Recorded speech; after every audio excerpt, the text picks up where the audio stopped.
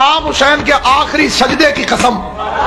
اگر علی کے دشمنوں کو قرآن سمجھ میں آ جاتا تو یہ قرآن پر بھی پابندی لگا دے، کیونکہ اس کا لفظ امیر عرب شہنشاہ دو عالم مولا متقیان کے فضائل پڑھ رہا، سنتے ہر ایک کی ہے لیکن پیروی افضل کی کرتے۔ شیطان ملعون ہے، اس نے آدم علیہ السلام کے سجدے سے انکار کیا، لیکن اس نے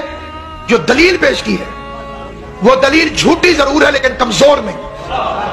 اس کی وضاحت میں کروں، میں یہ نہیں کہہ رہا کہ شیطان نے ٹھیک کہا، اس نے بکواس کی، اس کا دعویٰ بھی جھوٹا تھا،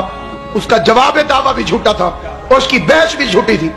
کیونکہ یہ قرآن سے ثابت ہے کہ وہ اللہ کو اللہ مان کر عبادت نہیں کرتا تھا، وہ خلافت کے لالچ میں نیک بنا ہوا تھا۔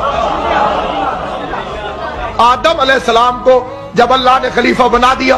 تو اس کی ساری عبادتیں، ساری نوکریاں سب ختم، معلوم ہوا کہ وہ لالچ میں صاحب تھا۔ شیطان کی صفت ہے یہ کہ وہ نیک ہوتا نہیں ہے، عہدے کے لالچ میں نیک بن جاتا تاکہ میں لوگوں کو ایسا نظر،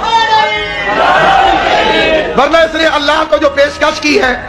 رشوت کی، وہ بھی عبادت ہی تھی کہ یہ سجدہ بس معاف کر دے، میں چپے چپے پر تجھے سجدہ کروں۔ آواز قدرت آئی، دفعہ مرتبہ